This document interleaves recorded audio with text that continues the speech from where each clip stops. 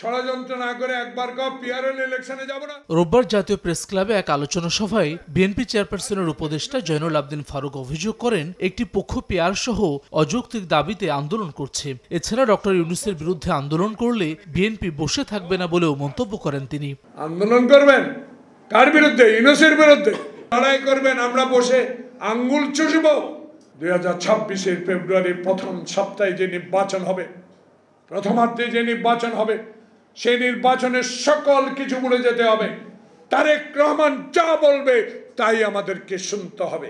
Press ক্লাবের সামনে আলাদা এক অনুষ্ঠানে বিএনপি চেয়ারপারসনের উপদেষ্টা আব্দুস সালাম বলেন, রাষ্ট্রীয় প্রতিষ্ঠান বিদেশিদের কাছে ইজারা দিয়ে অপরিপক্কতার পরিচয় দিয়েছে সরকার। জাতীয় প্রতিষ্ঠানগুলো নিজ দিয়ে দিয়ে দিতে হবে, সেটা কোনোভাবে মেনে নেওয়া যায় না।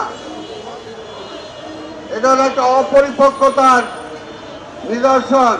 ড্যাবের আলোচনা সভায় বিএনপির স্থায়ী কমিটির সদস্য আমির খসরু মাহমুদ চৌধুরী বলেন, বিএনপি সহনশীল রাজনীতির পক্ষে। অনেকে বিভিন্ন দাবি নিয়ে রাস্তায় নামছে, বিএনপি কোনো দাবি নিয়ে রাস্তায় নামছে না। এটি বিএনপির আগামী দিনের রাজনীতি।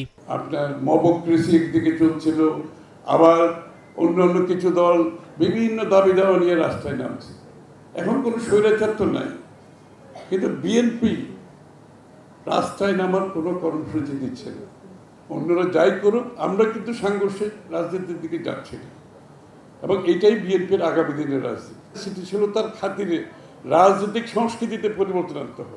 এদিকে নয়াপল্টনে এক অনুষ্ঠানে সাম্প্রতিক ভূমিকম্পের ইস্যুতে কথা বলেন বিএনপির সিনিয়র যুগ্ম মহাসচিব রুহুল কবির রিজভী। বলেন, শেখ হাসিনার আমলেই ভূমিদস্যুরা বেশি রাজনৈতিক দলের নেতা হয়েছেন। এই দেখতে দেখতে ঢাকার জলধার সব বন্দী হয়ে, এরা ভূমিদস্যু, এরাই আবার রাজনৈতিক নেতা হচ্ছে।